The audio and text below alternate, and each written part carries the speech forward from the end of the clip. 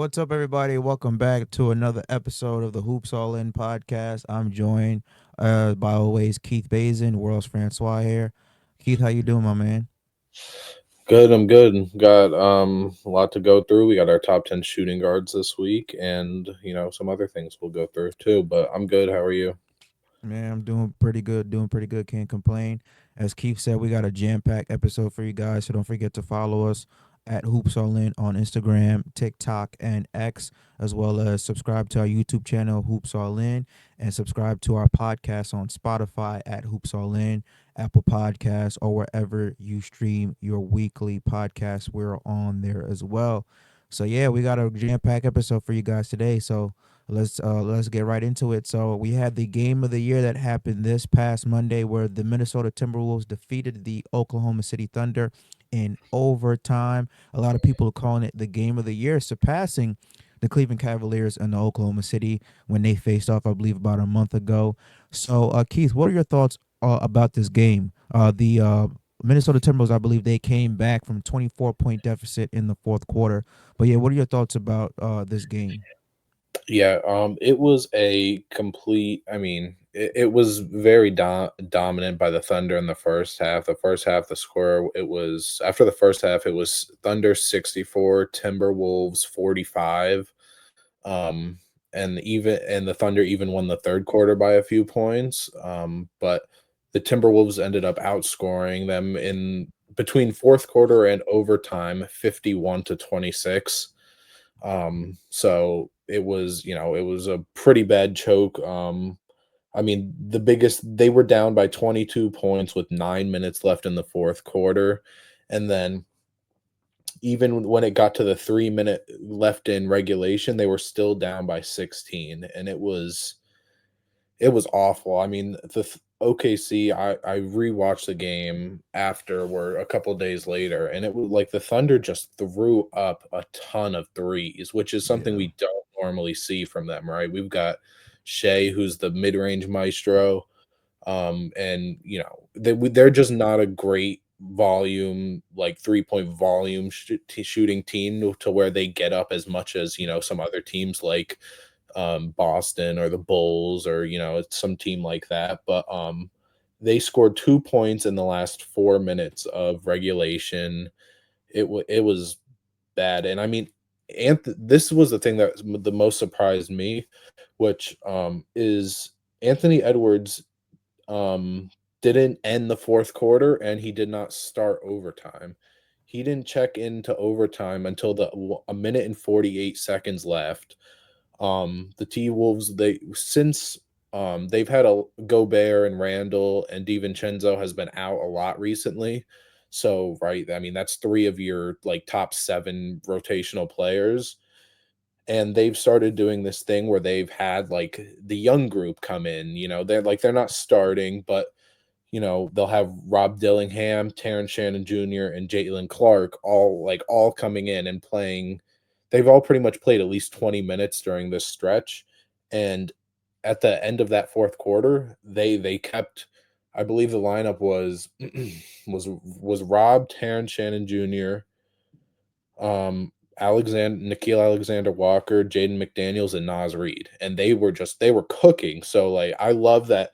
I love coaches like that. And Ime Udoka is another great example to where if someone isn't like playing, like if your star or your second best player just isn't on tonight, but your seventh and eighth men are. I like playing those guys because these teams have, right, they have a lot of rotational players between the Rockets and the Timberwolves. They have a lot of guards. Um, so I like that they did that, but it was just surprising to see that Anthony Edwards played not even 2 minutes in overtime and they walked away with a 3-point win. So it was just, I think it was a complete collapse by Oklahoma City.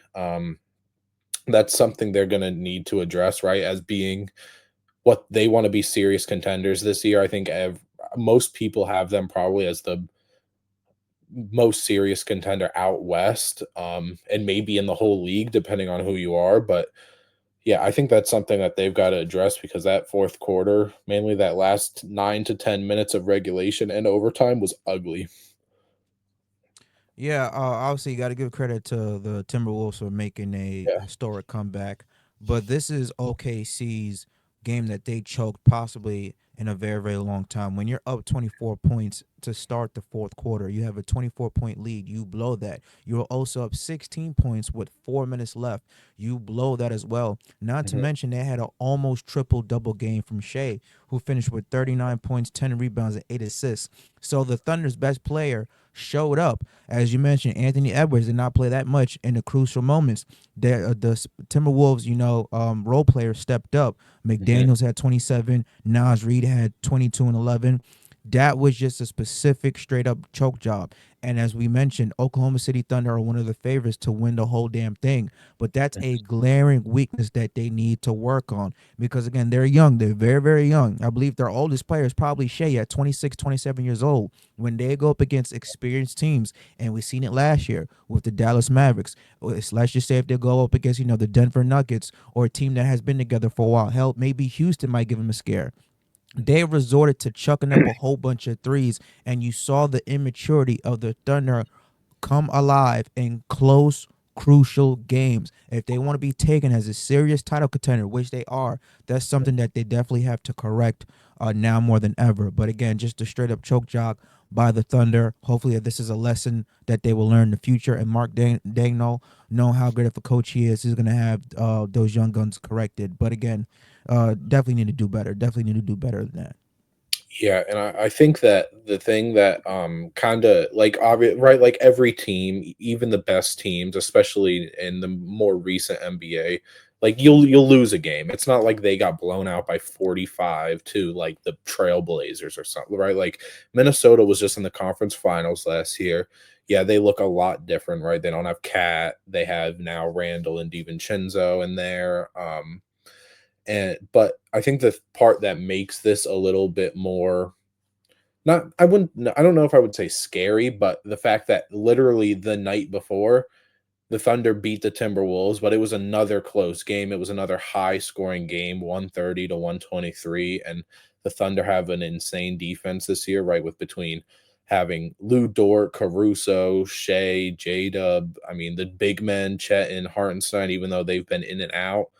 But there's a real chance that this could be a first round matchup for the Oklahoma City Thunder. And as a first seed who is dominating the West, like Boston did last year, or like how them and Cleveland are doing in their respective conferences, that especially that 1-8 matchup, you that should be the easiest series in the whole like for the playoffs out of everybody. We right like I mean, because that's a play-in team. They have to win 2 games to get that spot. So they've in the play-in, and the Timberwolves right now they're the 7th seed. So and they haven't been the best. Um, they are missing players, right? I don't know how far back they are from the 8th seed. They are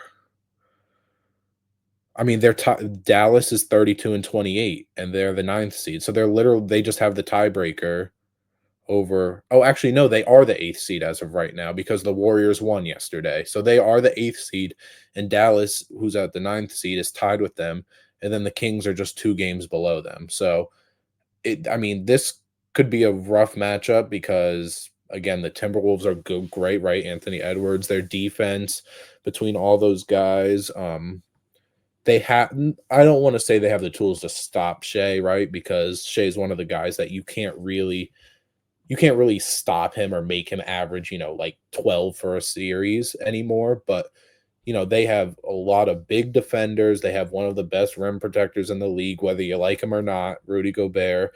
And that's Shea likes to get down to the paint. So hoping that if this is a matchup that they will all be healthy, that's going to be a rough first round matchup if that is what happens because again, when you are the 1 seed, you are supposed to you have home court advantage pretty much the whole way through unless you meet another first seed in the finals.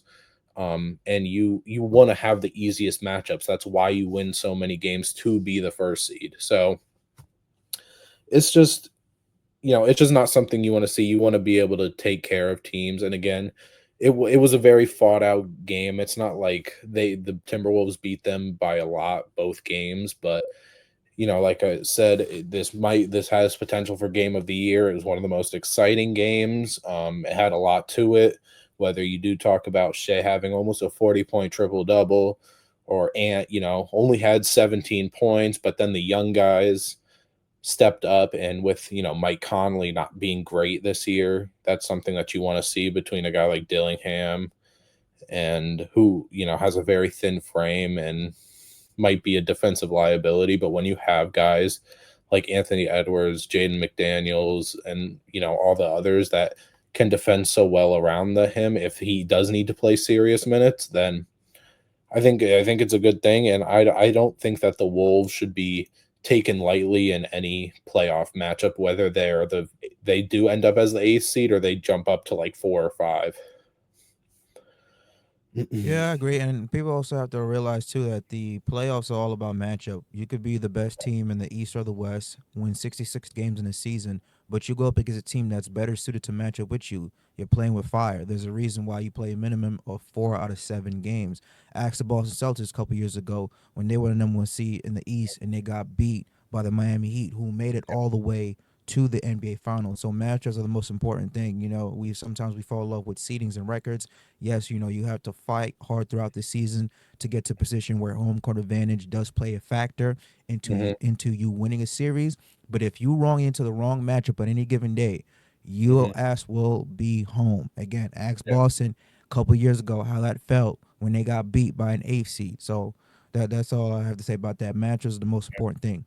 right. And everyone got beat by that 8 seed. Obviously, they beat the 1 seed who, or no, not the 1 seed. Yeah, they beat the 1 seed who was the Bucks in the first round, I think, that year, maybe.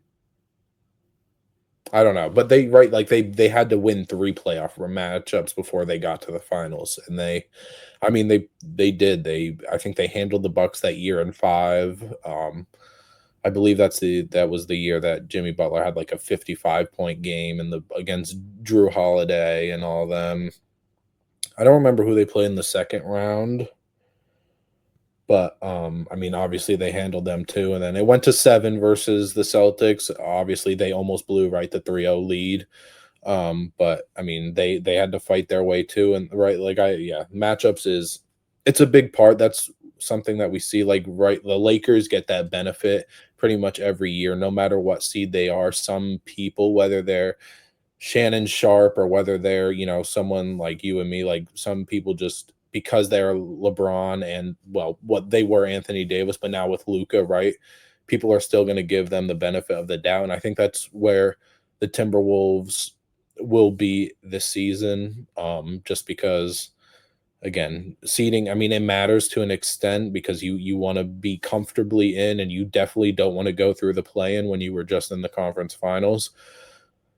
But I don't think that anyone should be happy to see the Timberwolves in the first round, because I mean, again, they were just in the conference finals, whether this is a new team or not. And the last thing I just want to say about this is Jalen Williams is going to get a bag. He is a crazy defender for his size. I mean, he's averaging 1.7 steals, zero point 0.7 blocks, but again, he's been playing like small ball center for them when Hartenstein and Chet have been out, and he's only making $4 million this year, and but he needs to get paid this off season, and he is going to get a lot of money that somebody who just made his first All Star appearance normally probably wouldn't make because of what he does on both sides. So, Yeah, but yeah, OKC that's will keep him. They're not gonna let him go. no, yeah, They're not for gonna let sure. him go. They're crazy if they would let any of those top 3 go, but moving on, we'll talk about Luka Doncic. Do you think that he's starting to look comfortable in the Lakers system? He's played 6 games so far. He's only played 30 minutes a game so far, and he through those 6 games, he's at about 19 points, 7 assists, and 10 rebounds, and he just had his best game as a Laker a few days ago, where he had like a 30-point near triple double. I don't, but do you like what you're seeing from Luca Uh, with the yeah, Lakers I now? Yeah, I am. Obviously, again, when you get traded middle of the season, you Mhm, don't get a phone call, a text, nothing. It happens out of the blue, and then you're literally moving almost halfway across the country. mhm, It's gonna take time for you to get comfortable. Remember, this guy is 25 years old. I believe he just turned 26 not too long ago. So it's gonna take time. Again, you're playing with an all-time great in LeBron James with a brand new system, and they had to change their system because again, LeBron James was the go-to guy. Now they're mhm, trying to make Luka the go-to guy because with LeBron being 40 years old, he wants to play more off the ball, put the ball in Luka's hands. He can dominate, bring the ball to mhm, the court, and set the offense. And that's what we've been seeing, the Lakers do, especially recently, because it's like, all right, LeBron, is your turn, my turn. Kind of the same way when Kyrie Irving got traded from the Nets to the Mavericks. They were trying to figure it out. It was like, all right, Luka's turn, then Kyrie's turn, Luka's turn, then Kyrie's turn. right, And they did that the first few games. Okay, Luka's turn, then LeBron's turn, Luka's turn, then LeBron's turn. And I was like, Luka, this is your team. We're trying to make this your team. You're the face of the franchise. You're a superstar. LeBron is on his way out. The offense is gonna go through you. You're the number one option, and mhm, seeing him have almost he did have a triple double game against his former team, the Net Dallas Mavericks. I believe yeah, it was 19 points, 10 plus mhm, rebounds, and 10 plus assists. yeah, Again, former team, all the hype, the energy was there. Got his mhm, revenge. Now it's going to be even more exciting when they play in Dallas come later. I believe it's going to be sometime in April. That's going to be the game, probably the game of the year, the most hyped game of the year. But yeah, mhm, obviously it's going to take time. When you're again going from a team that when you were the number one option to going against playing with the guy like LeBron James, who's always been the number one option, and he's deferring to you. It's going to take time, especially again, new offense, new words, new defensive scheme, all that. Especially again, he got to get his living situation settled in California, knowing what the disaster they had to go through, not too long ago. And people forget Luca's also a brand new father as well too. Just had a child sometime last year, so all that is weighing on the mind of a 25-year-old man or kid, however you want to see him as. So he'll get comfortable, as the season progresses. I think they really need a training camp to really see how dangerous the team can be along with the center. They try to get a center, Mark Williams. Obviously, that trade fell apart, but give this team an off season. I think they're probably a first or second round exit, but let Rob Pelinka do his thing, get a big man, fill out some more, players, get some more pieces around this roster, and next year this team is going to be something serious.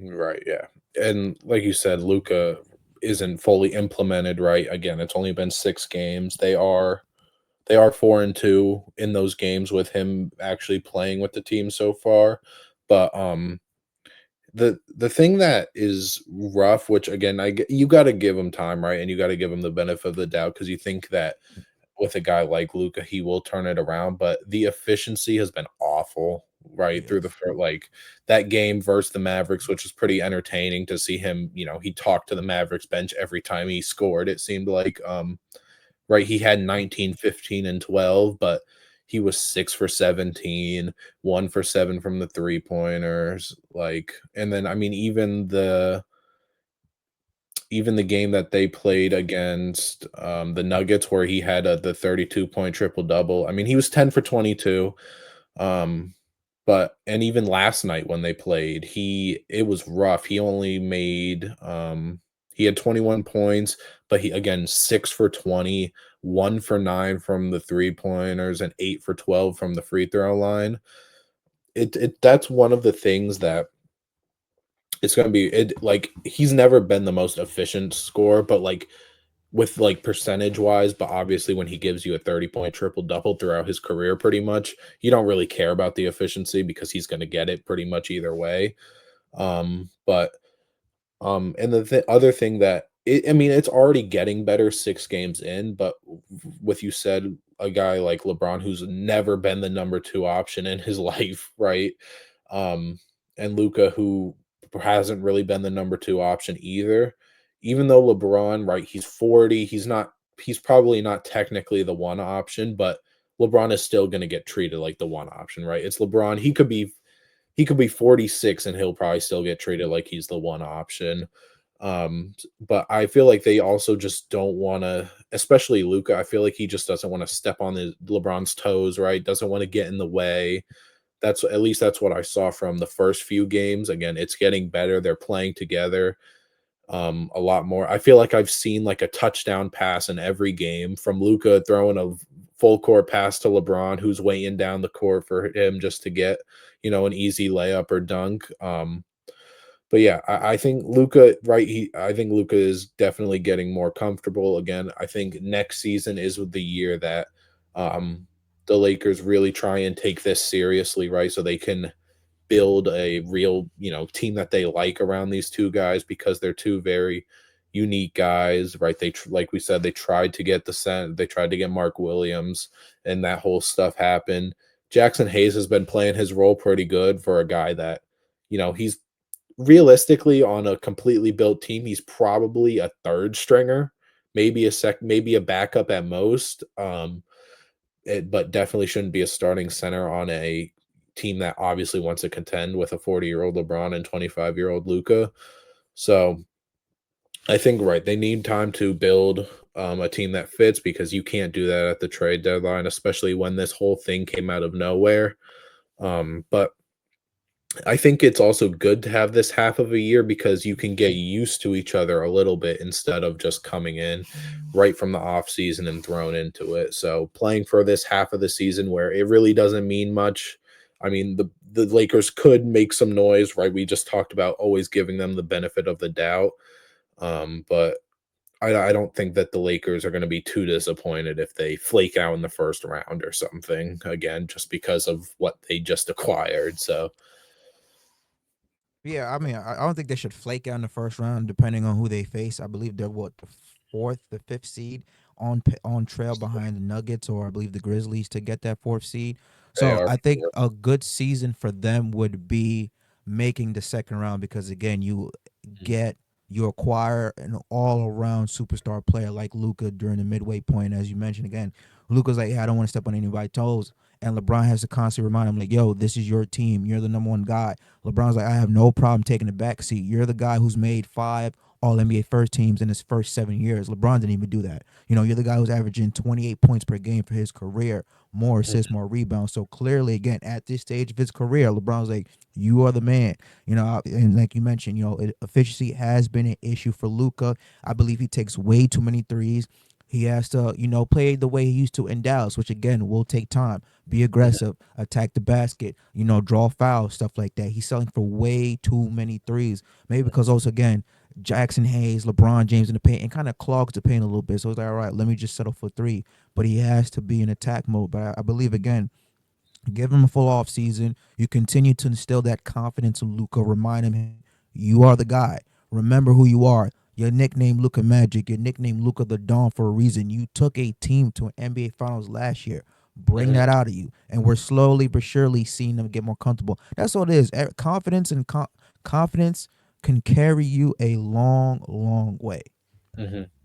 Yeah, and obviously, so this could change, right? Some team could go on a crazy win streak or a crazy losing streak, but the Lakers are tied for the Lakers and Rockets are tied. The Lakers are at fourth, the Rockets are at fifth, but I mean, unless the Nuggets are a game above the Lakers and the 3 seed, but below the Rockets for the 6 seed, it's a 5-game difference for the Clippers. So, let's say that this pretty much stays complete throughout the rest of the regular season, and we have a Lakers-Rockets first round matchup. Rockets, right, they're definitely deeper. They have a lot more, pieces overall, even though they're younger, but Lakers have the top two, of course. So And experience. what do we think like just for fun, what do we think with that if that was a first round matchup between the Lakers and Rockets as the 4-5? I think that'll be a 6 game series. I think the Lakers will eventually take that because again they have experience on their side. Experience always outweighs youth, especially in playoff situations. Mhm, When games get tight, every little possession matters. A mental mistake can literally cost you a game. A turnover in a key pivotal moment can cost you a game. And again, LeBron James has been to 10 NBA Finals. He knows what it takes to get there. He's won 4 NBA championships. Luka Doncic was just in the finals last year. He knows what it takes to get there. And having those two guys who are the top 5 players in today's game over a whole bunch of young guys who, again, they're really, really good, up and coming. This team is going to be a wrecking ball for years to come, but they're young. They have not been in that position yet. Ime Udoka, again, he's been he's coached championship games, championship teams before. But there's a reason why you're coaching, not playing. You can't coach your players to play when games get tight. You could give them all the X and O's, all the execution plans, but when palms get sweaty, one mistake can cost you the game. You're young, and the experience comes into play for that. Again, they're gonna have to go through those growing pains, but I believe if it becomes a Lakers Rockets matchup, Lakers take it in six because of then their experience and the fact that you got Luke and LeBron on one team. That they're gonna overcome the youth that the Rockets have. Yeah, I do appreciate the like giving it six, right? Because the Rockets could totally win. I'm a big fan of Amen They're Thompson a and very good Jalen team. Green.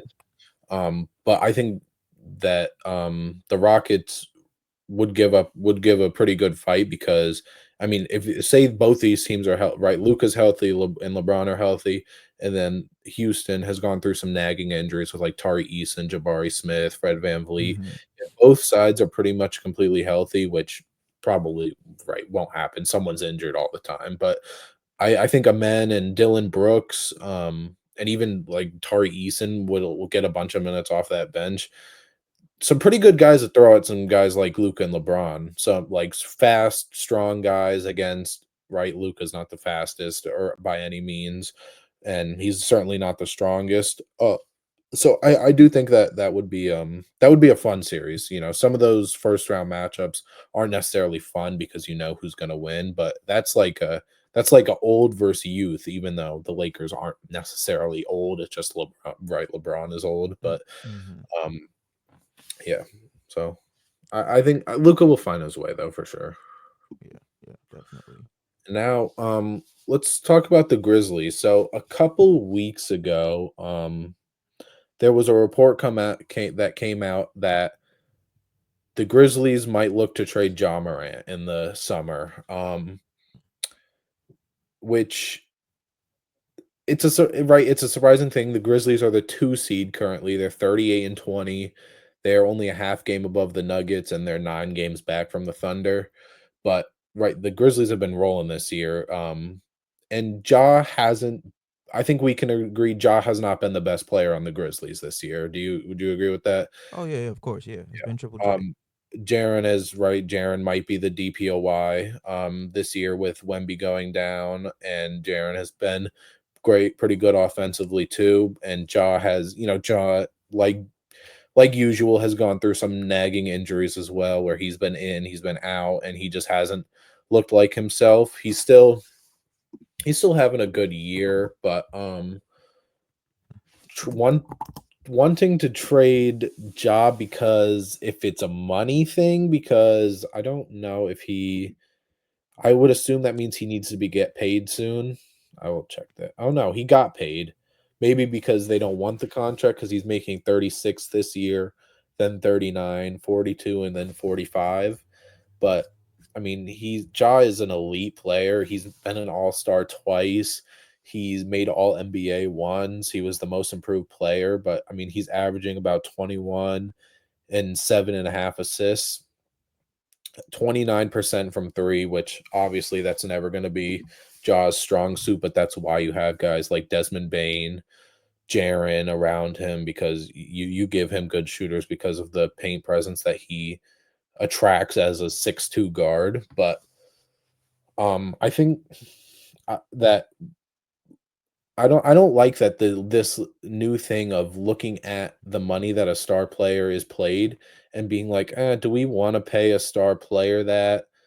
Or, two players like we saw Jaren, if he wins defensive player of the year this year, he is looking at a like mega max, right? Like I think the number was like $350 million deal, which that's way bigger than what Ja got. But if you're trading Ja, what do you expect to get as a team that's the 2 seed and clearly isn't in a rebuild?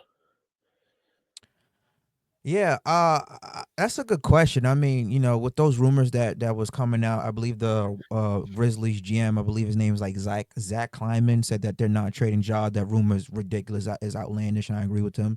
But as you mentioned, if you're gonna trade Ja, who are you gonna get back in return? The only reason why you think about trading Ja Morant if he's gonna get back a guy like Shea, Jokic, Giannis, maybe Which he's Anthony not. Edwards, who's been playing a little bit better than him throughout the career. But you're not going to get back those untouchable guys for a guy I believe is untouchable. So I think it's just again with the whole Luka Doncic AD trade. Well, now you're seeing rumors that whole the Dallas Mavericks are just trashing Luka's condition. Well, I think it's just a cover up to try to for them to try to seem smart as them trading him. But not to go off subject, but the NBA in terms of the Memphis Grizzlies, are they getting greedy with the money? The salary cap is going up next year. The Right. NBA just signed an 11-year, $76 billion deal, not million, $1 billion deal with three different networks. Yeah. Retain the rights with ESPN, NBC, and now Amazon Prime.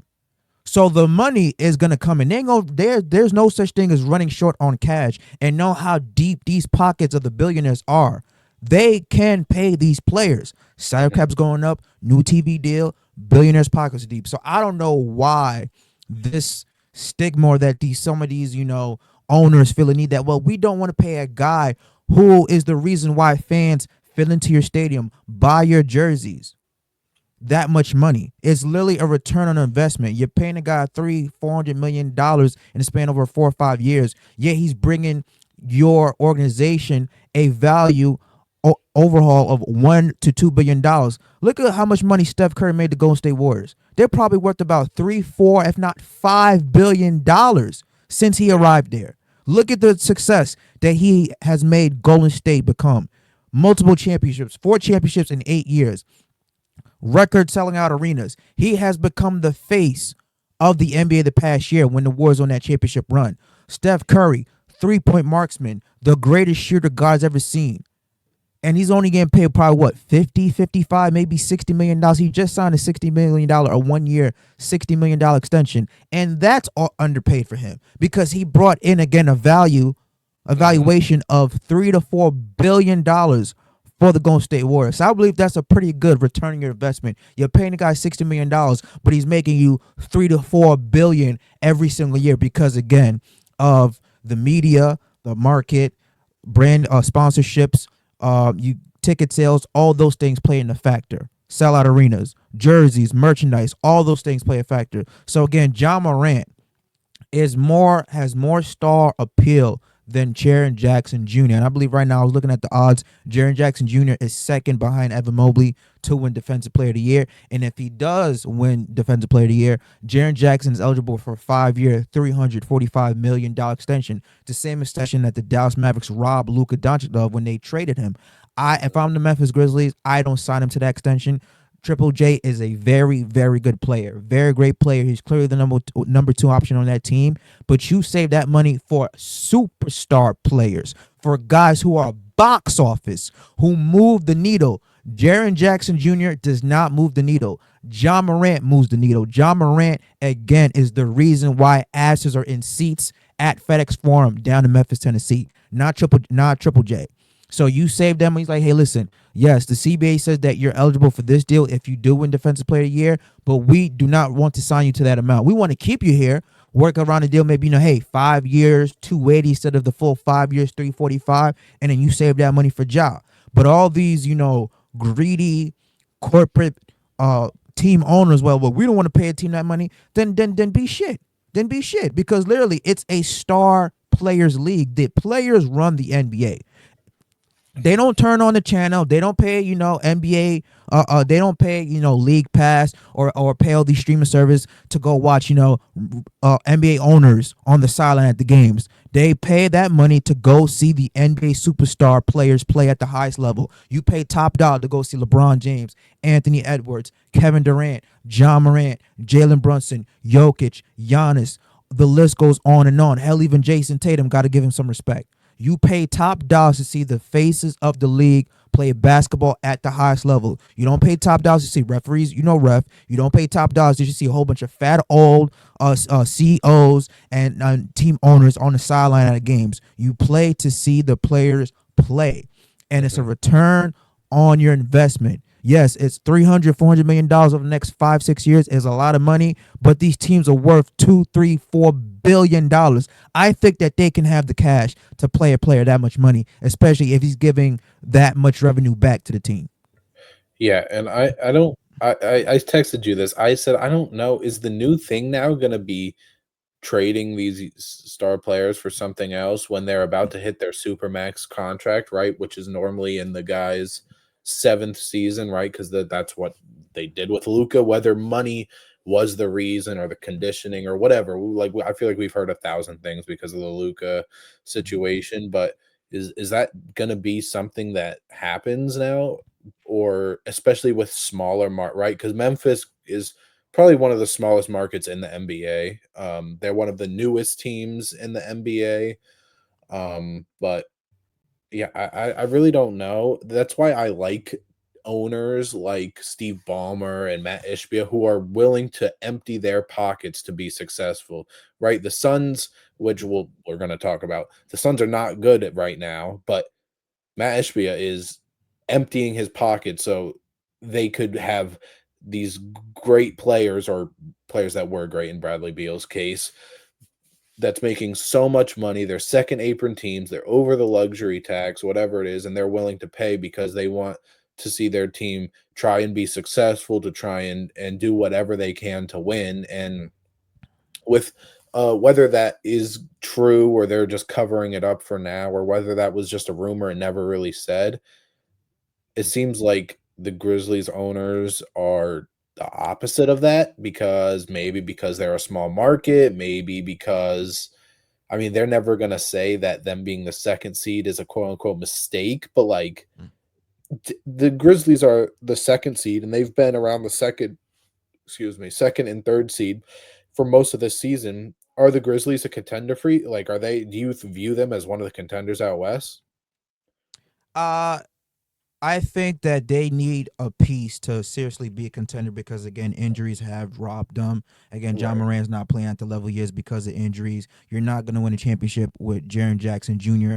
and Desmond Bain being your two top players. No disrespect to them, but right, the reason why superstars get you to the promised land is because they are a huge difference makers. But going back to your question about, with teams possibly getting greedy with the fact that they don't want to play star players, they're superstar players, 300, $400 million over the next 5, 6 years. I was just looking at right here.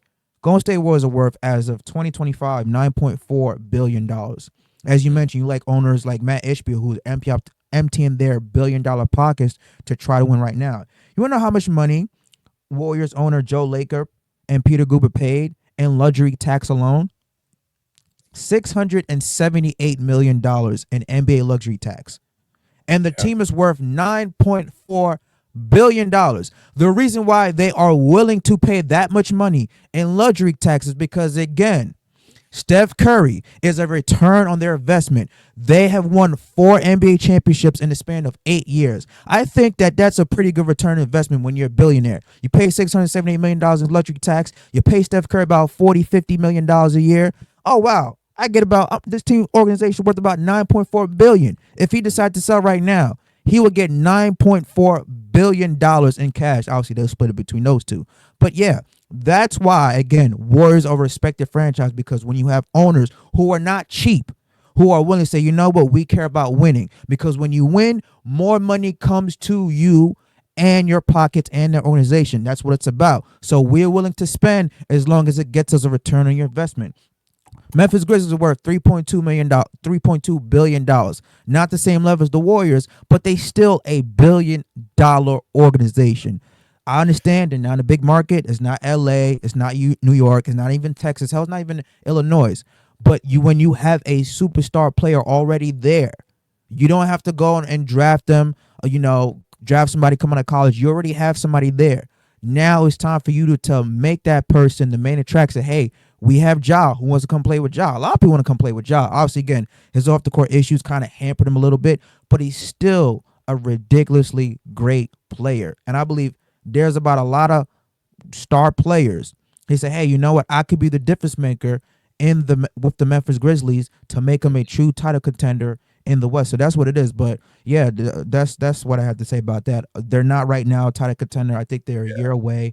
Well, they are already now, but they just injuries have hampered them. Ja right, hasn't been healthy. They just traded away Marcus Smart. I believe if Zach Edey develops He'll be, very very solid, or a very very good role player, possibly a starter. Maybe they have like the twin towers of Triple J and Edie, but I believe they need like another all star player, like a Zach Levine type of player, or hell, even somebody like a Donovan Mitchell. You pair alongside that backcourt with John Morant, now you're making some serious noise in the West.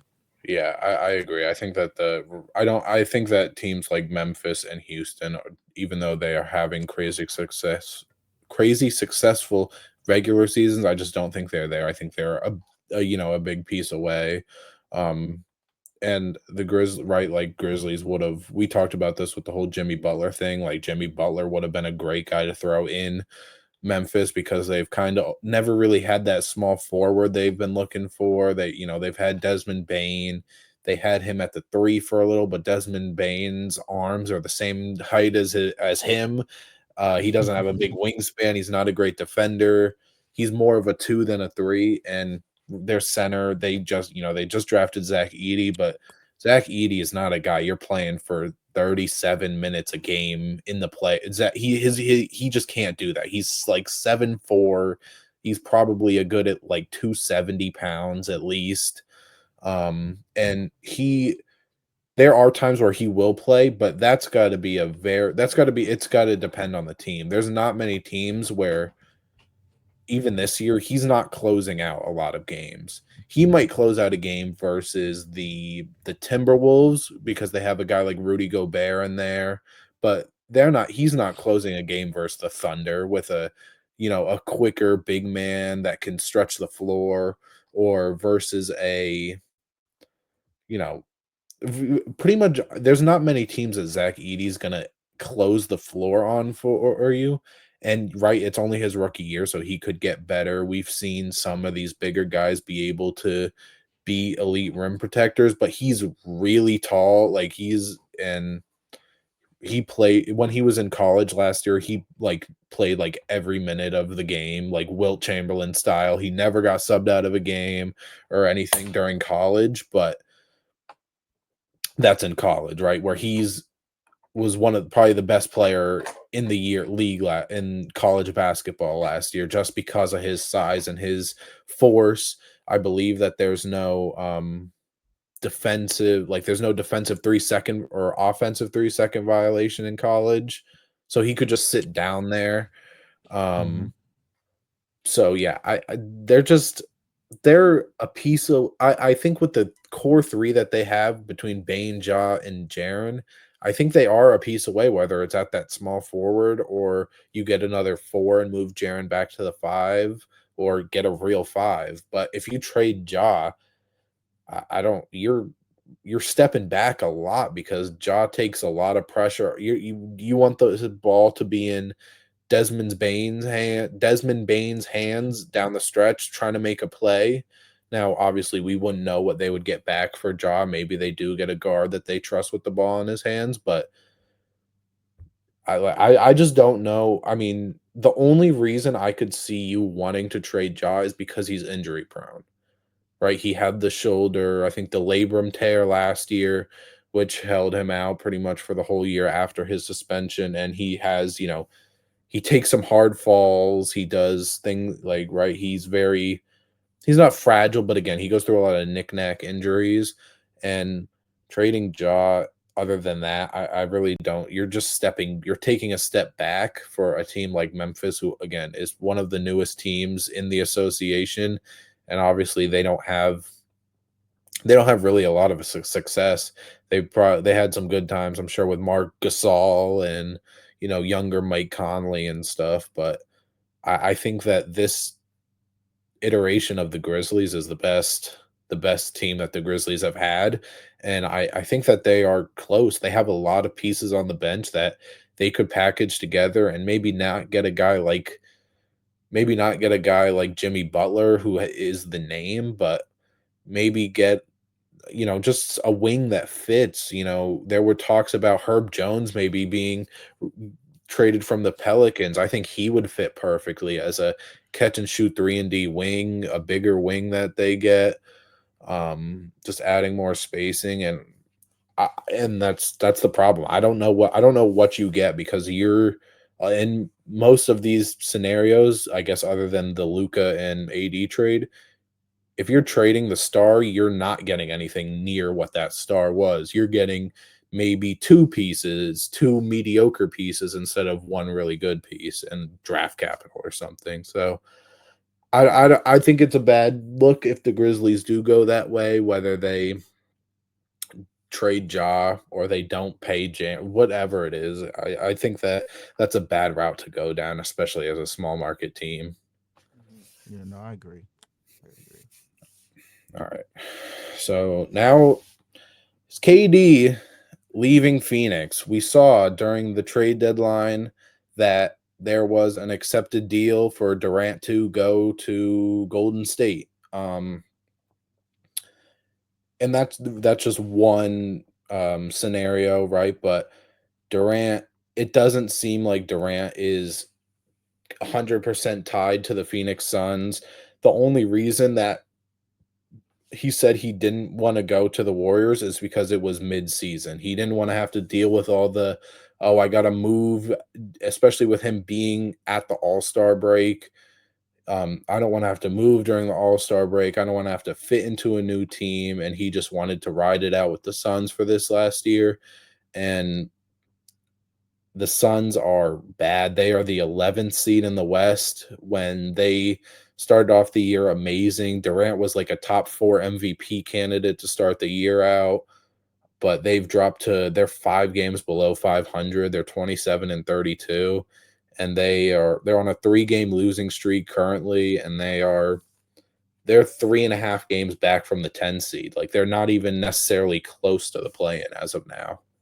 So what do you think with Durant? Should he be leaving Phoenix?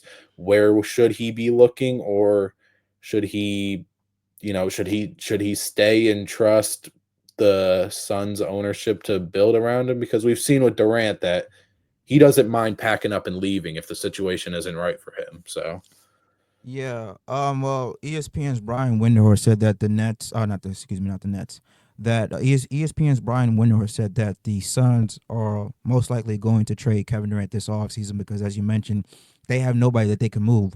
Bradley right, Beal is not going to waive his no trade clause in his contract. He's happy in Phoenix. He loves the weather there. His family's getting set. They tried to move him to get Jimmy Butler. He wouldn't waive no trade clause. So pretty much his contract is unmovable. You're not going to move the face of the franchise in Devin Booker. So the only tradable asset that you will get a lot of value back in return is Kevin Durant. The Suns don't want to trade him, but they have no other option because again, they this big three has gone so horribly wrong, and this is a prime example of not to build a roster like this. You can't just say, okay, we're gonna get 3 guys who need the ball, 2 guys who play the same position and shoot guard with Bradley Beal, Devin Booker, and Kevin Durant, and expect to compete for a championship. It doesn't work that way, and as we've seen, the Suns this experiment has gone horribly wrong.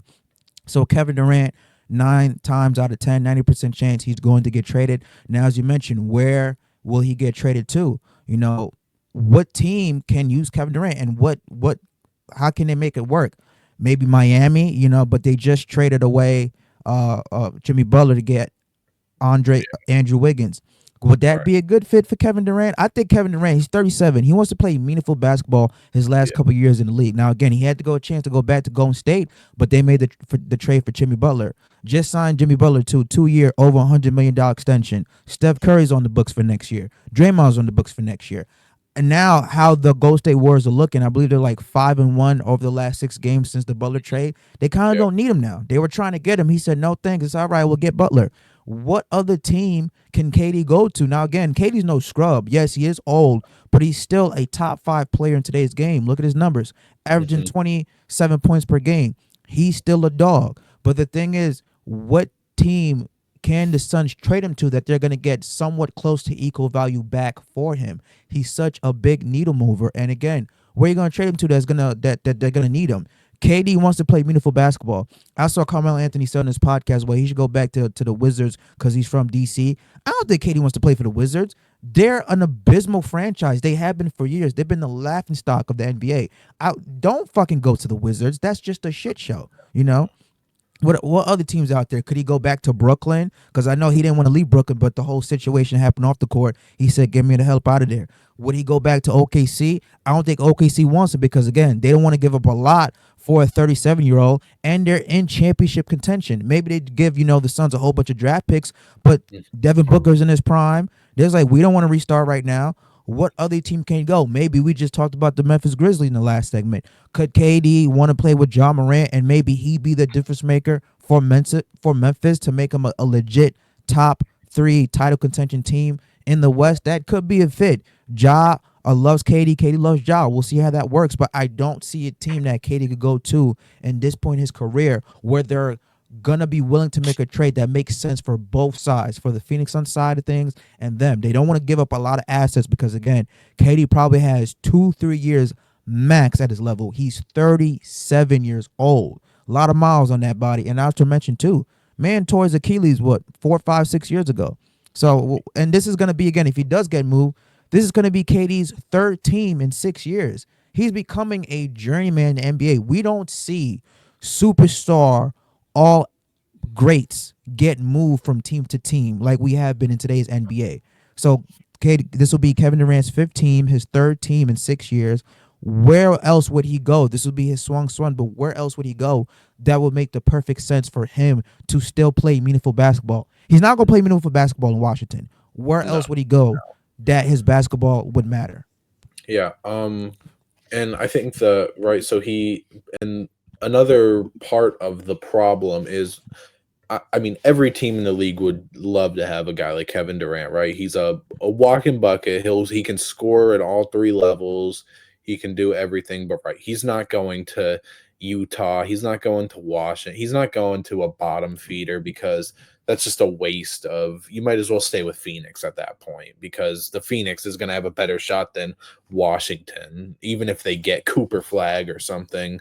But is the second apron is what is a problem here. We saw with the last trade deadline, and I mean a little bit of this trade deadline, even though we saw a lot getting moved this trade deadline, is you can't just gut your roster really as much as you can anymore for a guy who he's making 51 mil this year and almost 55 million next year, and that's it. So he's going to need to be re-signed. He's either going to be extended at some point during this next season, or he's going into free agency at the end of next year. But right, he needs to go to somewhere where he can win. Some people still hang he hasn't won without Steph yet, or he can't win on his own part. But I think a team that would benefit a lot from his scenarios and that could make the money work depending on how their offseason goes is Houston. Um, Houston had I think Fred VanVleet's on the last year of his $40 million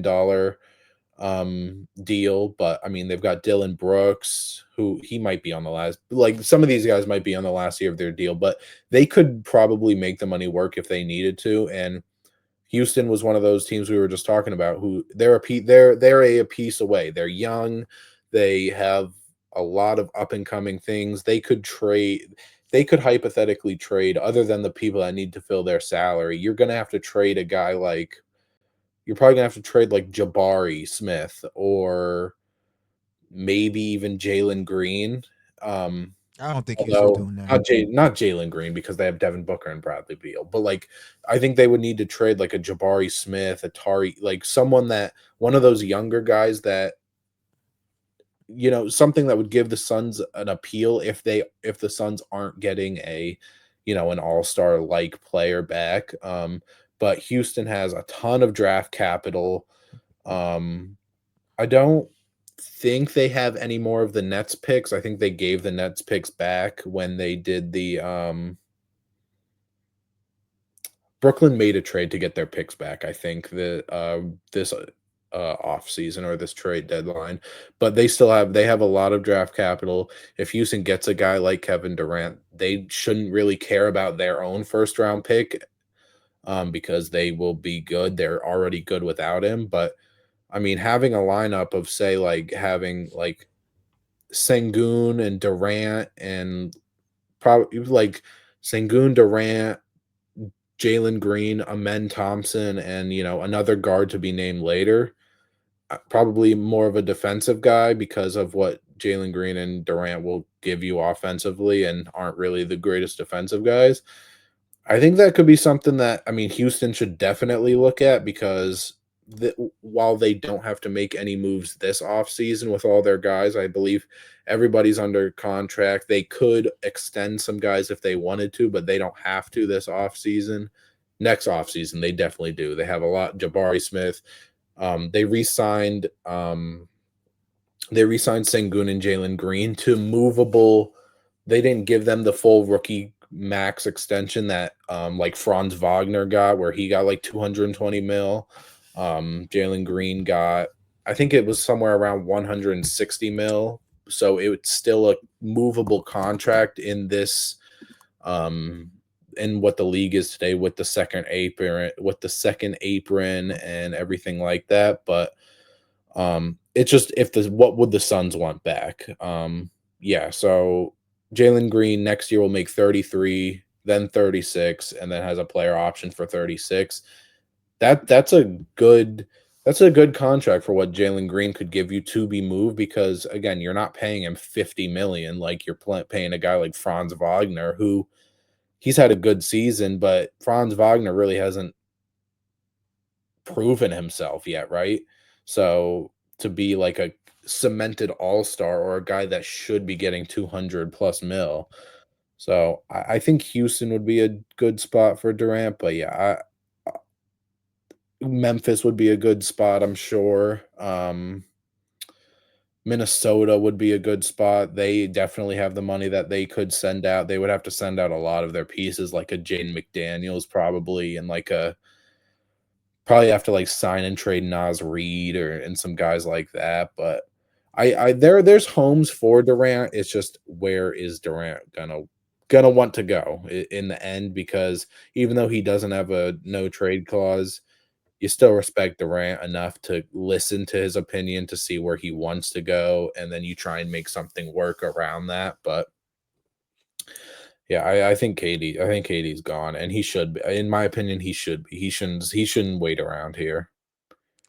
Yeah, and if I'm you talked about again, where is going to be his next home. Like I said, KD wants to play meaningful basketball to end his career, the twilight of his career. I think he should go to the Dallas Mavericks. If I'm him, I tell the Phoenix Suns front office, hey, try to work a deal with Dallas. Now, don't know the type of players you're going to get back. Maybe a PJ Washington, a Daniel Gafford, a Lively. Does that move the Yeah. needle? Probably not. It's probably going to have to be a three-team deal. But there were reports that when Kyrie Irving and Kevin Durant left the Nets, that they wanted to play together. They wanted to play again together down the line.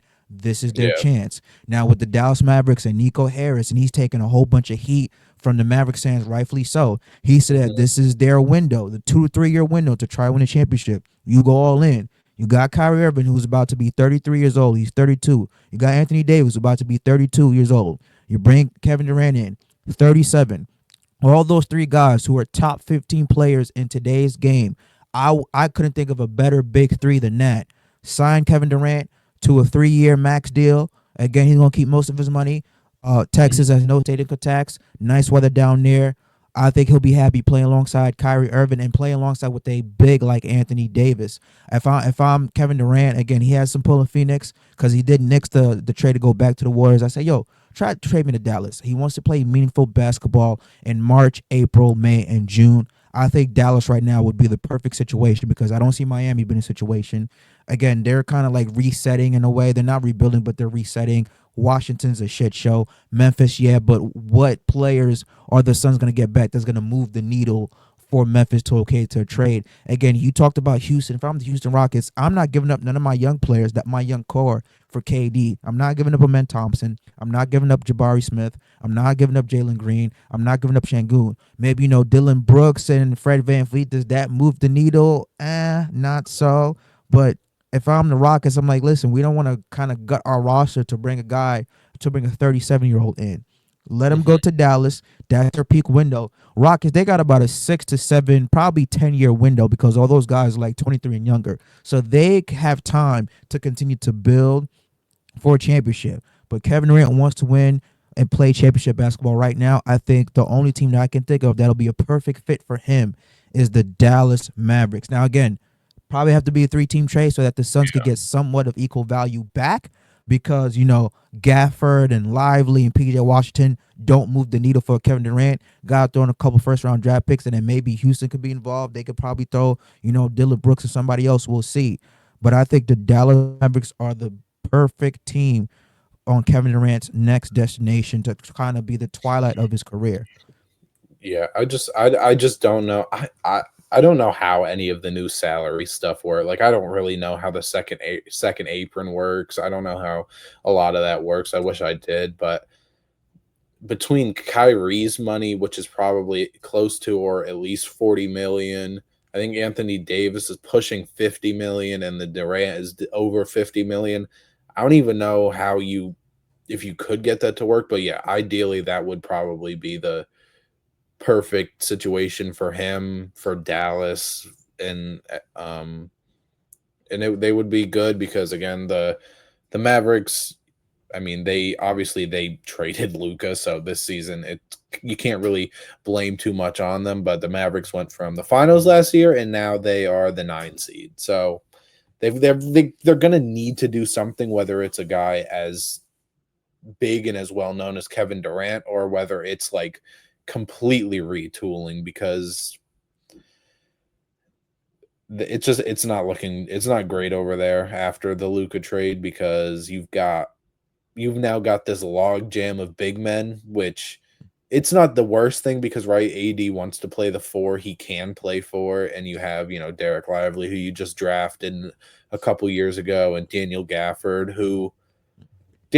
might get moved just because of the asset that he is. He's played his value up crazy from when he got traded mid-season last year from Washington. But um, other than that logjam of big men and then like Kyrie and like whatever is left of Klay Thompson, they don't have a lot over there. They've kind of got some young players, which do you value the young players right now with what Dallas should be trying to do with their, with what Nico Harrison says their future is, their long future with Kevin Durant or not Kevin Durant, with Anthony Davis?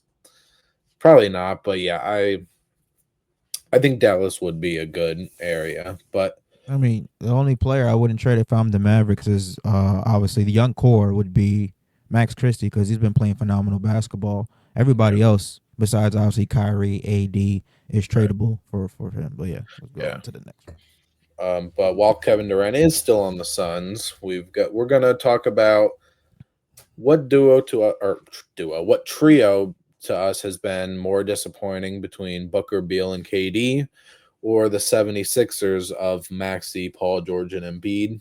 And before I let you get into this, I'm just gonna read what their stats are for everybody.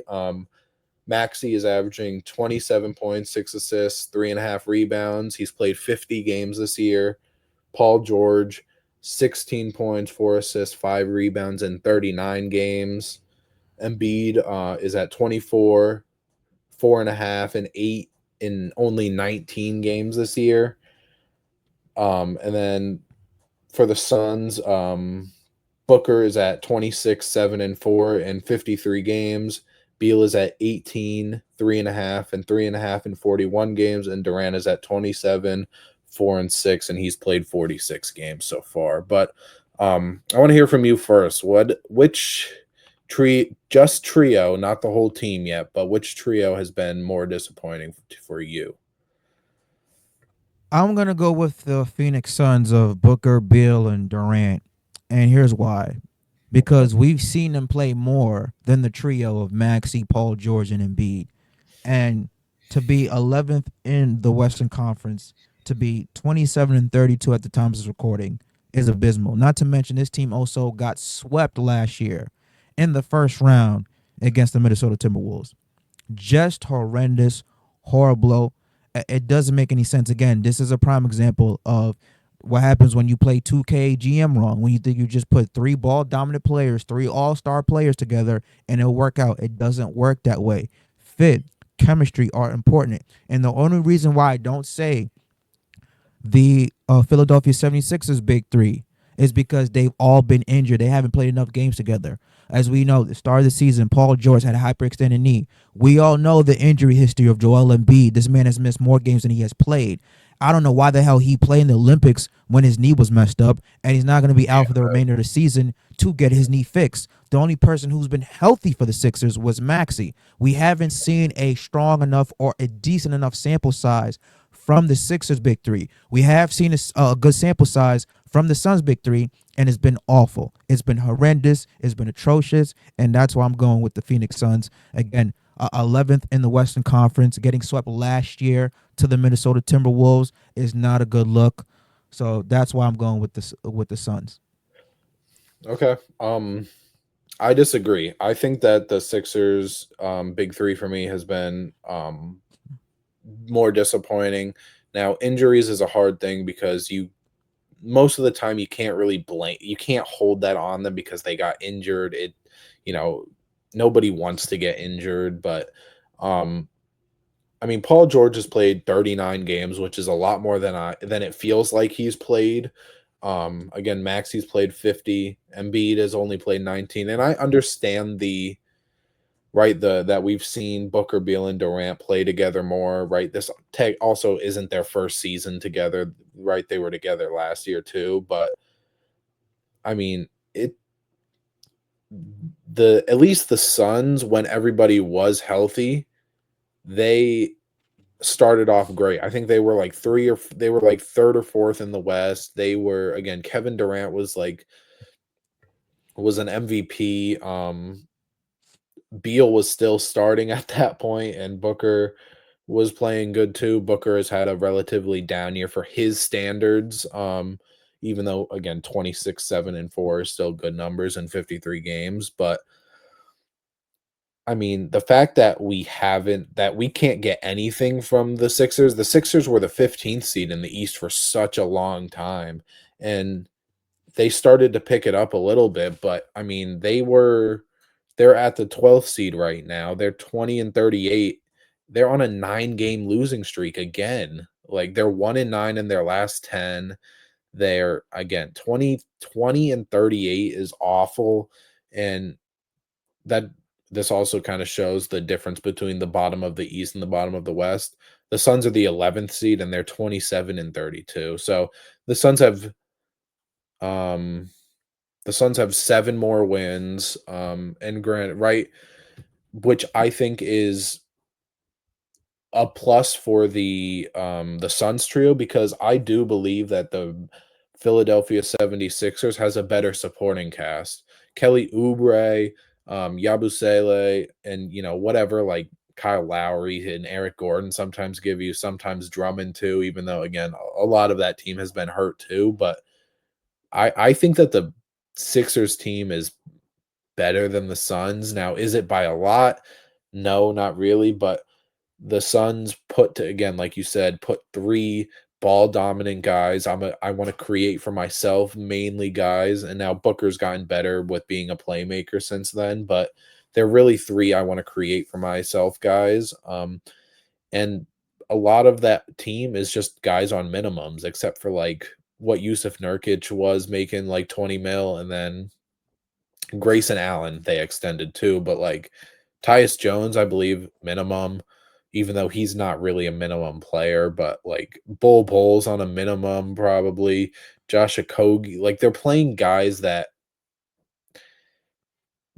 because they have to. There would be other guys that they would love to play more. I mean, they were starting Ryan Dunn for a lot the first part of the season, he was like the 25th pick in this year's draft. He's a rookie and he was given the dirty work assignment, which he's great at. He was great in college. He's a crazy defensive guy, and that's what he loves doing. But when you did and do have Booker, Beal, and KD all out there together, and even having Nurkic out there too, that's not a lot of defense. And throwing a guy like Ryan Dunn just to do it all is rough. But yeah,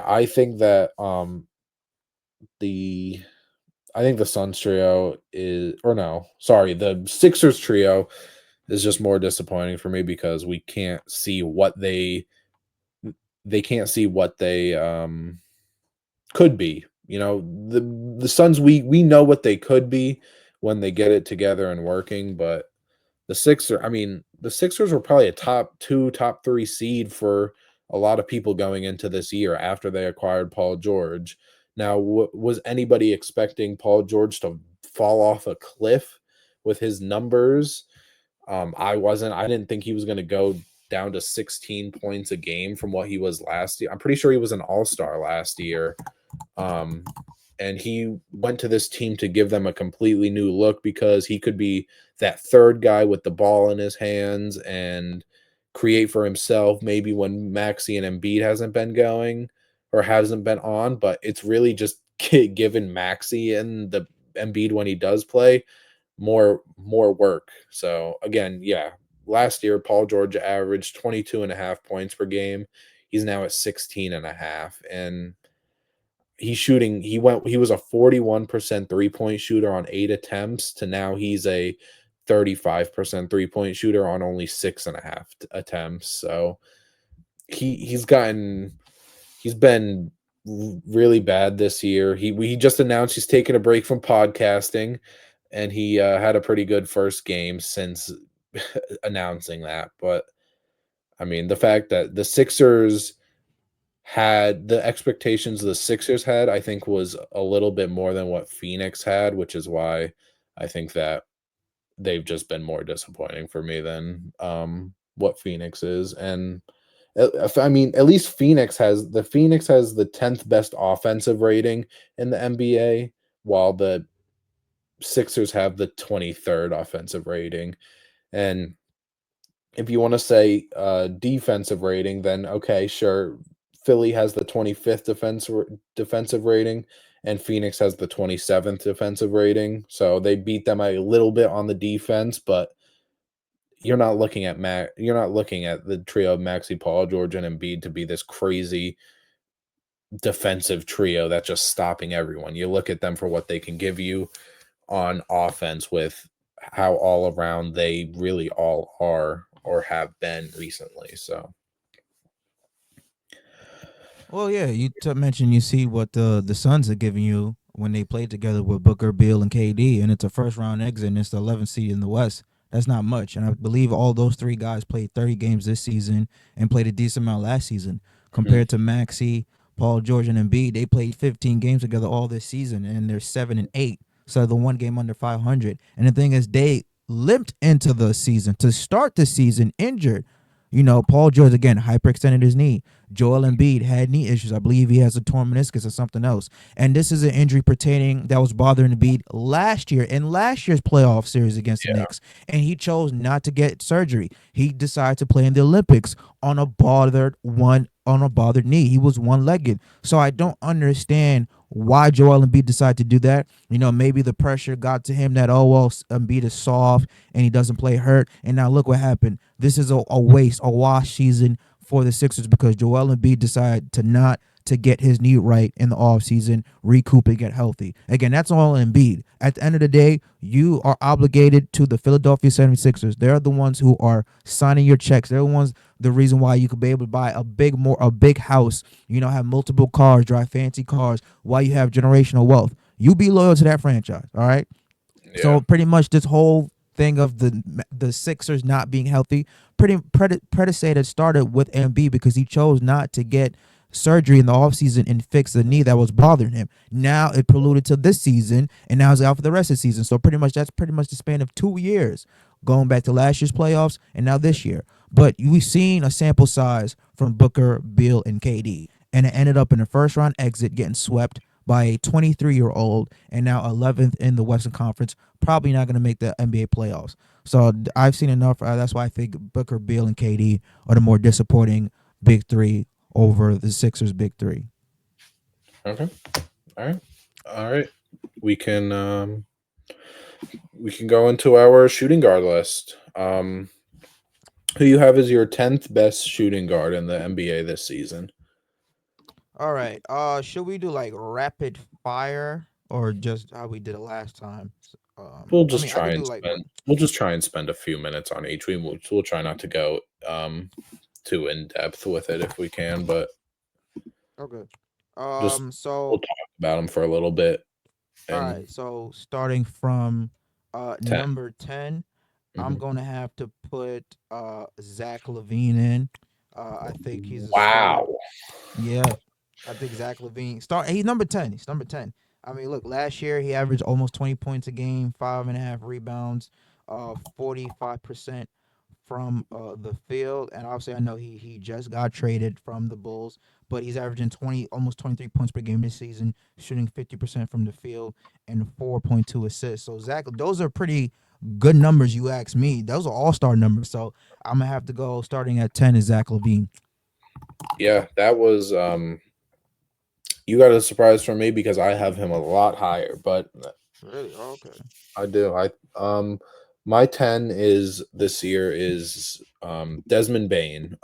Desmond Bain has um he's had a down year scoring wise from last year. He was at almost 24 points a game. This year he's only at 18.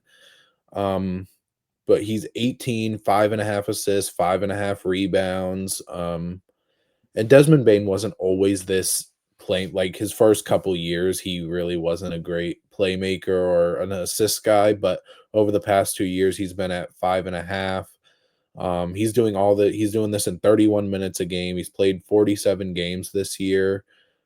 38% from the 3 pointers, which is again, it's perfect for what Memphis wants. And um I think Desmond Bain he's becoming a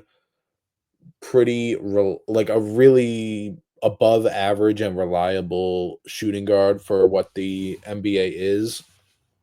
Again, like I said last week, the shooting guards isn't a lot. It's not a lot of all-star players. It's a lot of, um, upper tiered starters or guys that like are all-star type of guys, and I think that's what Desmond Bain was, the years he was averaging 21, 24 points a game, but now I think he's just a super valuable starter that can give you a lot of things. Again, he's not the greatest defender because of his height and size, but um he's who I have at 10. Okay. All right. Solid.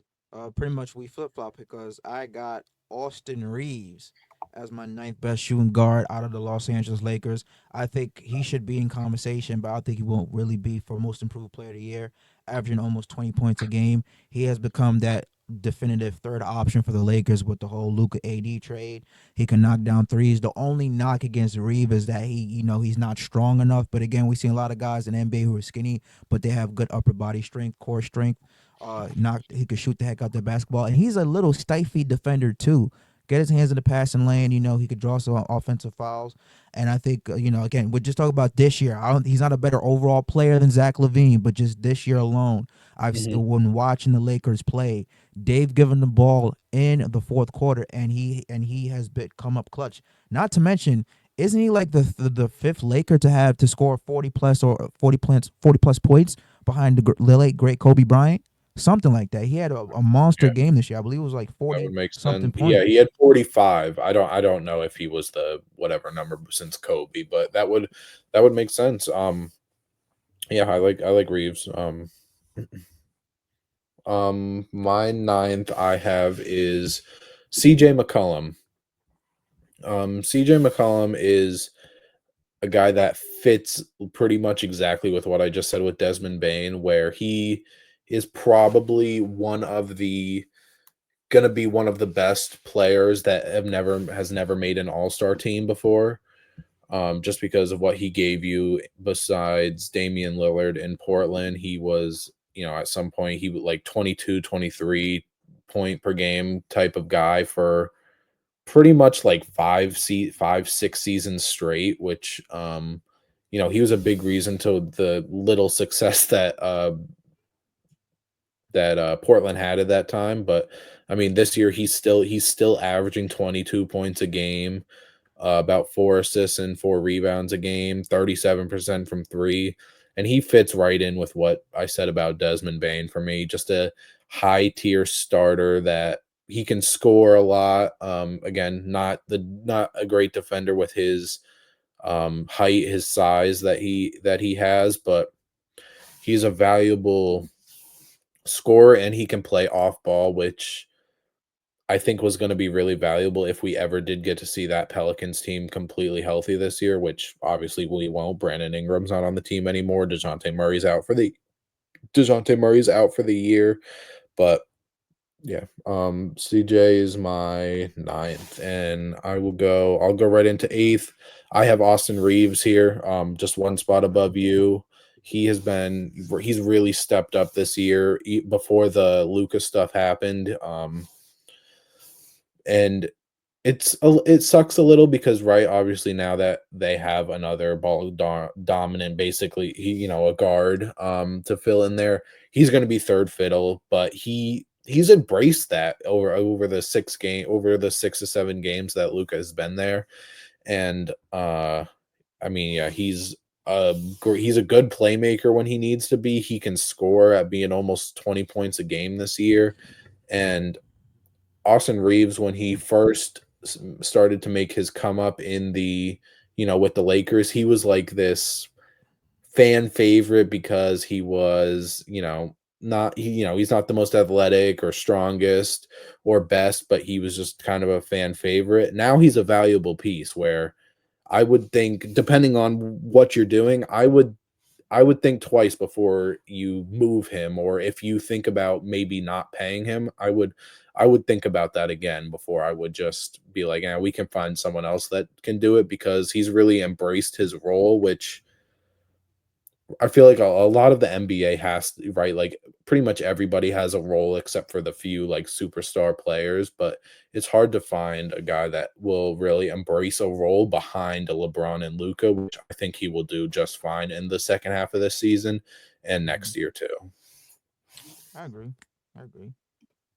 All right. You want me to go my eighth? Yep. All right. So number eight, I got Desmond Bain.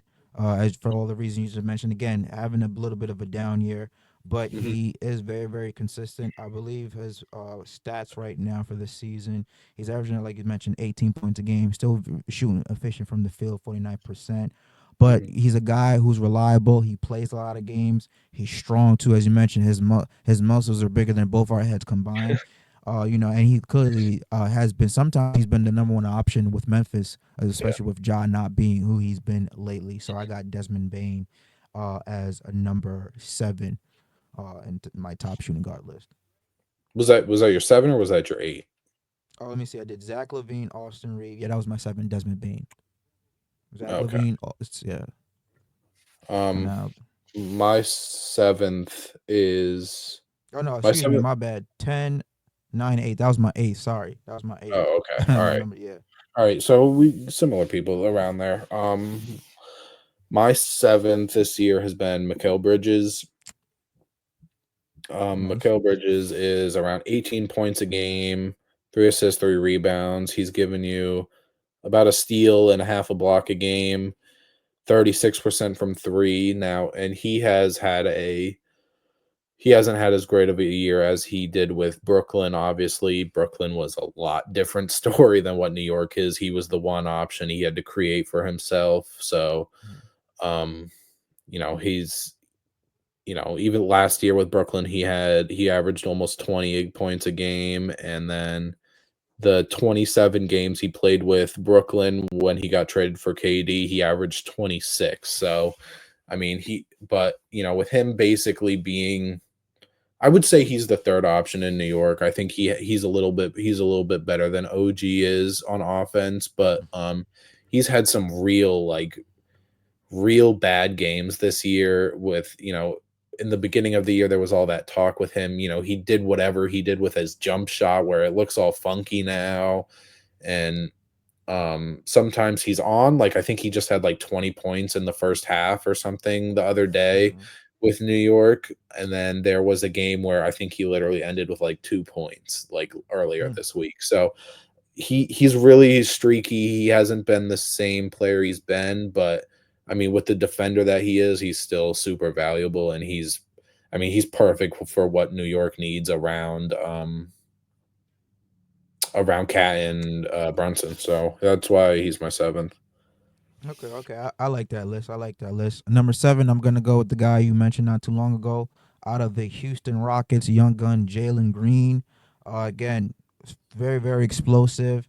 Uh, he's just he's starting to knock down his shot. I believe he's averaging right around 21.6 points per game. 43% shooting from the field. As I mentioned, very very young, and I think that he's obviously the number two option, right behind Alperen Sengun for the Houston Rockets. There was some games again when Sengun was hurt last year. Green was going off for like Oh 30, yeah, 40 a night. I'm like, who is this he had a guy? month where he averaged. I think it was like March last year. He averaged. Yeah, he was averaging like 32 for like the whole month or something. He was on a tear last year too. Yeah, dude was crazy, and he was expecting a child, so I guess that fatherhood came out of him. But yeah, Jalen Green definitely was starting to see the maturity in his game. So he is number seventh in my list. Yeah, Jalen Green's one of my favorite players in the league. It hurt me, but he's still at the point where he's not the defender. He's not the Yeah, that's defender true. that Houston would want. He still isn't a great decision maker, which being a guard you need to be, especially if he wants to make more money than, that mid 30s that he's going to be making over this deal. But it hurt me. I he was my first person out that I just couldn't put on because of his Mm-mm. hot and coldness. He is streaky. Yeah. I think this is the last year that he isn't a top 10 shooting guard though. So, um sixth I gave it to Derek White. Derek White has not had the greatest, he's had I think a step back year um from last year. Just what I mean, his number he's averaging one more point a game. He's at 16 points per game. 4 assists, 3 rebounds. He's giving you 1.1 blocks, zero point 0.9 steals, and he's shooting 39% from three, which is what he was shooting last year. But if you're watching, you can see that he is having more of the streakiness that Mikal Bridges has been having this year, where it seemed like last year, I mean, Derek White was like sometimes he was our second best player, and he couldn't miss, and he's still doing that this year, but it's a little bit more, wishy-washy and hot and cold as well. But I mean, he's probably the best shot blocking guard in the league. He's probably getting about a crazy chase down block on a guy he shouldn't be getting a block on every game, it seems like. And um, he's going to be a valuable piece as the Celtics try to, right? Obviously, they want to repeat again this year. And with Drew Holiday, he's fallen off more than Derek White has. Drew Holiday's like 34 though, so he's like 4 or 5 years older than Derek White. But Derek White's going to need to have a big playoffs to help boost this Celtics team, especially if Porzingis is in and out with injuries, and if Drew Holiday, he'll still give you a game here and there, but he's not giving you those a lot of 20 plus point performances anymore. He's still doing what he needs to defensively, but Derek White is going to need to have a good playoffs to help this Celtics team. Okay, I like it. I like it. Number six for me is gonna be Tyler Hero from the Miami Heat. All Oh, Star this year. I believe it was his first time making an All Star mhm, game, averaging 24 points per game, shooting about 46% from the field, 5 rebounds and 5 assists. Had a couple of 40-point games this year. Had a 40-point game against Dallas not too long ago. Had mhm. another 40-point game against the Milwaukee Bucks. So he is a bucket getter. He's a explosive 3-point shooter. And yeah, I got Tyler Hero's number six on my list. Yeah. I'll go to my fifth. Fifth, I have Tyler Hero. Tyler Hero was a guy that he was in the same boat for me as like a Jalen Green. I always thought Jalen Green was better, just because I thought his ability to score, and Tyler Hero doesn't really get. He's like Jalen Green, where he doesn't give you a lot on defense. He wasn't a very good decision maker either. But this year, being the first option, excuse me, being the first option, he's had to be the decision maker, and he's really stepped up. I think he's like um 24 points a game. Yeah, 24 points a game. He's at almost 6 assists, 5.5 rebounds, 37% on almost 10 attempts from three. And he's been the one bright spot for Miami this year with Bam. Not Bam hasn't had the same season that people were expecting him to have either. And I guess their only other bright spot's been their rookie Kalel Ware, but um Tyler Hero he's really improved, and he should definitely be in the running, um, probably for most improved player this year, based on just his numbers are better, but he also his impact as well. Yeah, I agree. I like that list. Obviously, again, when you just had Tyler Hero, one spot away, Yep. but I could go with my number four. Five. So we're gonna get five. Oh, sorry, that's my number five. So we're gonna get top five. My bad. So number fifth for me, I gotta go with Devin Booker out of the Phoenix Suns. Now I get it Oh, again. You just mentioned, he's not having the best year, and his stats aren't translating to the Suns' success. But this guy again, this year, 26 points per game, 45% from the field, averaging almost 7 assists. I don't know. Again, if that's a down year for him, I wouldn't mind having that down year. Again, he didn't yeah, make the All Star game, which I yeah, thought was a little bit of a travesty. But Devin Booker playing the Olympics, knows what it's like in high pressure situation. He did play in the NBA Finals before a couple years ago, so he knows what it's like to get there. He is extremely, extremely clutch as well. Can start to play a little bit of defense, mature, and I believe I read something that I don't know if this is true, but Bleacher Report posted, so it has to be true that the head coach Mike Budenholzer told Devin Booker to tone it down with his like yelling during timeouts, and I'm like, how are you gonna tell the yeah, face of the franchise to tone his talkingness down during timeouts? Like he's a leader. They're gonna listen to him. He's the best player on the team, or probably I don't know one A one B him and KD on the team. They're gonna listen to what he has to say. So you mean to tell me you're gonna let a guy tell a guy to quiet down and not be too critical? That's so stupid. But yeah. yeah, I got Devin Booker as my fifth on the list. All right, go to you can hop into your fourth. Okay, so my fourth. All right, so my fourth on this list. Sorry about that. I should do some. So my fourth on the list, I got Jalen Williams from the Oklahoma City Thunder.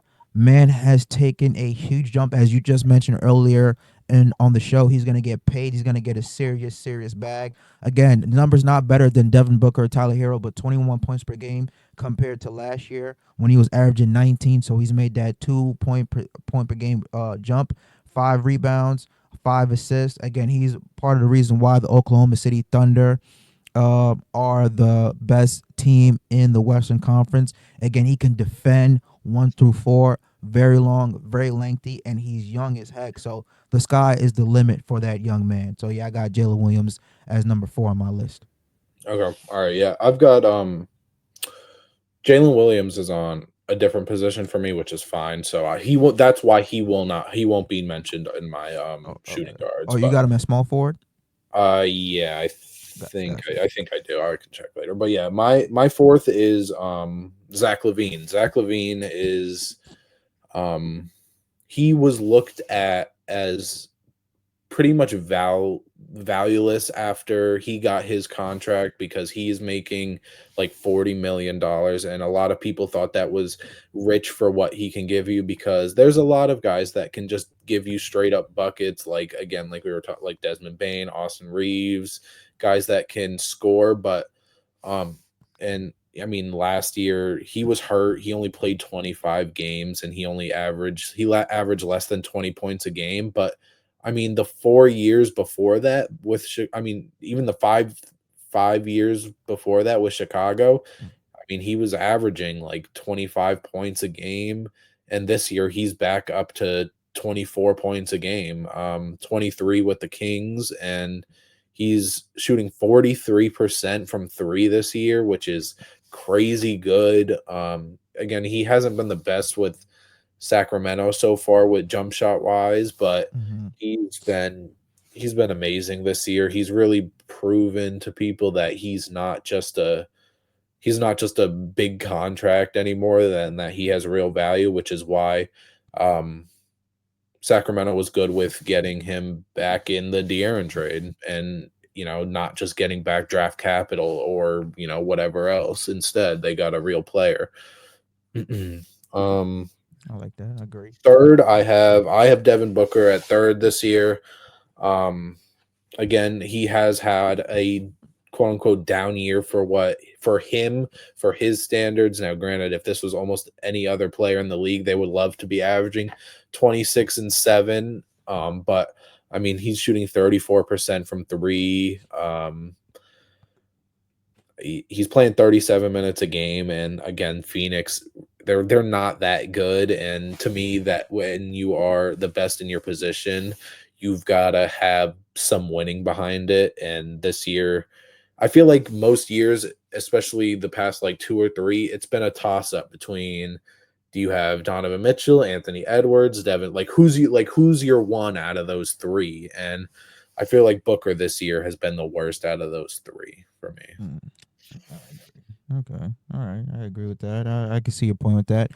Number three for me, I'm gonna have to go with last year's Finals MVP from the Boston Celtics. Again, he kind of plays the three. They kind of rotate between the two and the three, but more of the times he plays the two. And I got to go with Jalen Brown, as I mentioned again. Last year's Finals MVP. Was All Star this year, averaging 22.9 points per game, 46% from the field, 6 rebounds, and 4.7 assists. You know, against the excuse me. Obviously, he hasn't played a couple games besides the Knicks because he was hurt. Dropped 12 points against the Knicks. Very inconsistent, but he's coming off, I believe, an injury. But yeah, Jalen Brown again has a track record. Was one of the reasons why the Boston Celtics won the championship ring. Can Mhm. defend. He's very strong. He's very stout. Could get to the free throw line, knock down his jumper. The only knock against Jalen Brown is that he doesn't have a left hand, and that was exposed against in the 2022 finals against the Warriors, and you know it. This man, every time he tried to dribble left, stolen, pick, pick, pick. So hopefully that's something he works on because he still doesn't have it. His left hand handle has gotten a little bit better, but he Man, that was still can't 3 years dribble. ago. You're still gonna Man, put that on him? listen. Every time he switched the ball over to his left hand, Steph Curry, Klay Thompson would just steal it. I'm like, bro, what are you doing? Stop dribbling the basketball. Just give Man, it to I Tatum. I'm fine with having no left hand if I'm a Finals MVP. Well, that's true. Yeah, well, he won it, 3 years later, or 2 years later. But yeah, so I again gotta respect Jalen Brown, Finals MVP. Dude gets it done, and again, very very respectable player. Okay. Alright, second for me, I have Donovan Mitchell. Donovan Mitchell is on the Cavs have the best record in the league now by 1 game over the Cavs. They're 48 and 10. And I've spoken about this before, but I feel like Donovan Mitchell, depending on what this team does in the playoffs, whether they win the finals or they have a disappointment and they flake out in the second round, I think Donovan Mitchell is going to get I was kind of gonna get the Jason Tatum treatment. And I mean Mm, that because not by how they play or anything like that, but the Cavs have this big four of players that are near all-star caliber or were all-stars this year or have been in the past. And his numbers aren't, he's had a season where he's averaged 28 points a game. This year he's at 24, about 5 assists, 4 rebounds. But he's being efficient though because he doesn't mm, have to do as much, and that's what I mean with the Tatum treatment. As he's clearly the best player on that team, but there are so many other guys that are good that also can do a lot with the ball, whether it's Darius Garland or the jump that we've seen by Evan Mobley this year, that his numbers just aren't going to look as elite as they were when he, only had one all-star by him or, none. So, and he's just, I mean, he's been an all-star. He was an all-star again this year. He's been an all-star 4 times before that, and or sorry, 5 times before that. But yeah, he's who I have at too, and I'm excited. I wonder what the Cavs will really do with this crazy 48-10 record in the playoffs. Okay, I like that. I like that. Number two for me, I got Anthony Edwards this season. Okay. 27 points per game, 43% from the field, 6 rebounds, 6 assists. Now, so again, the Minnesota Timberwolves are kind of taking a step back. It's not his fault because Mhm. they did have a big trade in the summer, trading away Carl Anthony Towns. But Anthony Edwards, man, must see TV. The guy is an all star. He's a superstar. He's electrifying on the court, and he has a personality off the court as well. Now I know he just recently got suspended for He the season, did. picking up his 16 technical. I thought that was gonna get rescinded, but it is what it is. But yeah, Yeah. Anthony Edwards, man, get it done. He's a dog, and what really raised him in that ranks was what he did last year's playoffs, where he single handedly, I wouldn't say single handedly, but he led the charge in the Minnesota Timberwolves reaching the Western Conference Finals when they swept the Phoenix Suns, and he stood toe to toe with Kevin Durant, talking junk, dunking over him, crossing him up. There was nothing the great KD can do. He couldn't stand in front of Anthony Edwards even if he wanted to. So Mhm. again, having a young 22, 23-year-old lead you to the WCF, that was a big deal. Also knocking off Jokic as well too. That was very, very impressive. The reigning league MVP. So Anthony Edwards getting his work done, doing what he needs to do. But Mhm. again, he's the best shooting guard in today's game, I believe.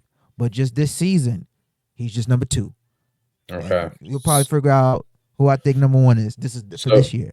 so does that mean you have Donovan Mitchell first then? That's it. I got Donovan Mitchell number one. So Just mention. I go is into it. sorry, is the No, go ahead. and I guess you gonna get into it, but is the recency that you're giving it to Donovan Mitchell, or do Yeah, you okay. yeah, no, yeah, definitely. Because again, we're talking about this year, and the Okay. Cavs are doing great. As you mentioned, they have the best record in the NBA now. I believe one game, or 1.5 game against the OKC Thunder, and Donovan Mhm. Mitchell was a big reason for that. 24 points per game score. He was an all time. Don't And the only knock against Donovan Mitchell game is that can he be the number one player that can lead a team to championship? Can he be that definitive superstar player? I think he's capable of being. Remember, we did that list last week. Who I think are superstars or not, and I had him on the list.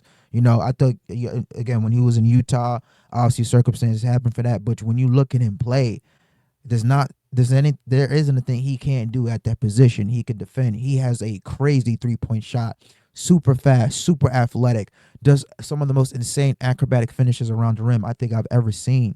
And comparing to Anthony Edwards with the Timberwolves, they took a step back. Again, not his fault. They traded away the second best player on the team.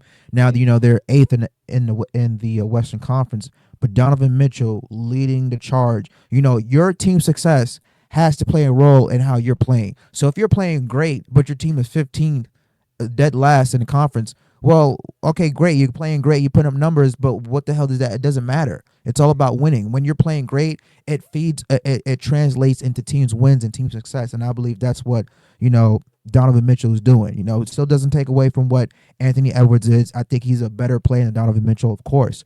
But Donovan Mitchell, we'll talk about this year, Okay. stepped it up a little bit, and I believe there's been reports that he's been taking that extra vocal leadership as well in the locker room.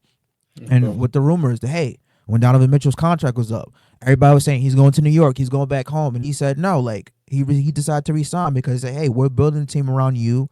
You're the face of the franchise, and the Cavs had more pieces or assets around at that time than the Knicks did. So that's my position on that.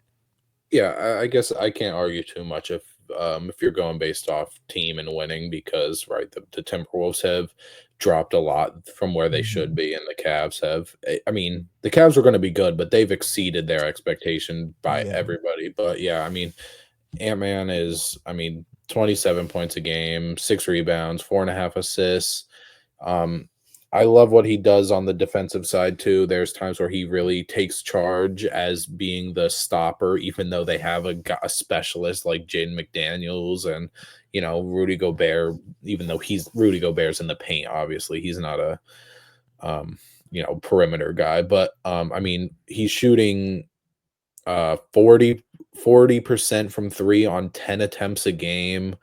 he was taking less than 7 3-pointers last year, and he's taking now 10 a game, and he's shooting, 40%, which is better than last year.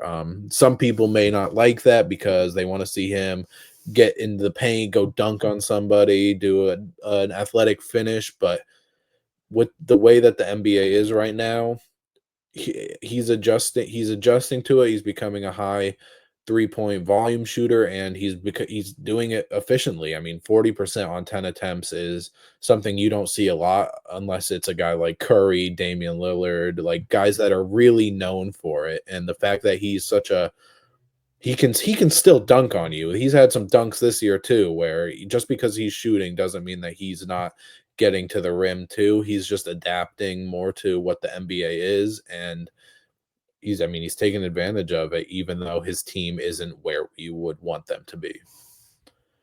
Agree. Agree. Hey, again, to 1A, 1B, you could look at him this way, but Hmm. yeah, they're both great. But yeah, guys, that is it for another episode of Hoops All In. Thank you again for watching. Don't forget to like and subscribe to our YouTube channel at Hoops All In. Also, go check out Keith's Hoops All In YouTube page at Keith HAI. He does great work on there. Follow the show on Instagram and X at Hoops All In, as well as Hoops All In on TikTok. We're all on those three platforms. Also, if you want to listen to the show audio wise, subscribe to our podcast on Spotify, Apple Podcasts, iHeartRadio, wherever you stream your weekly podcast. We are on there. For Ross Francois, Keith Bazin signing off for another episode of Hoops All In. We'll be back here next week for some more NBA basketball talk. Everybody have a safe day. Enjoy the weekend. God bless. Peace.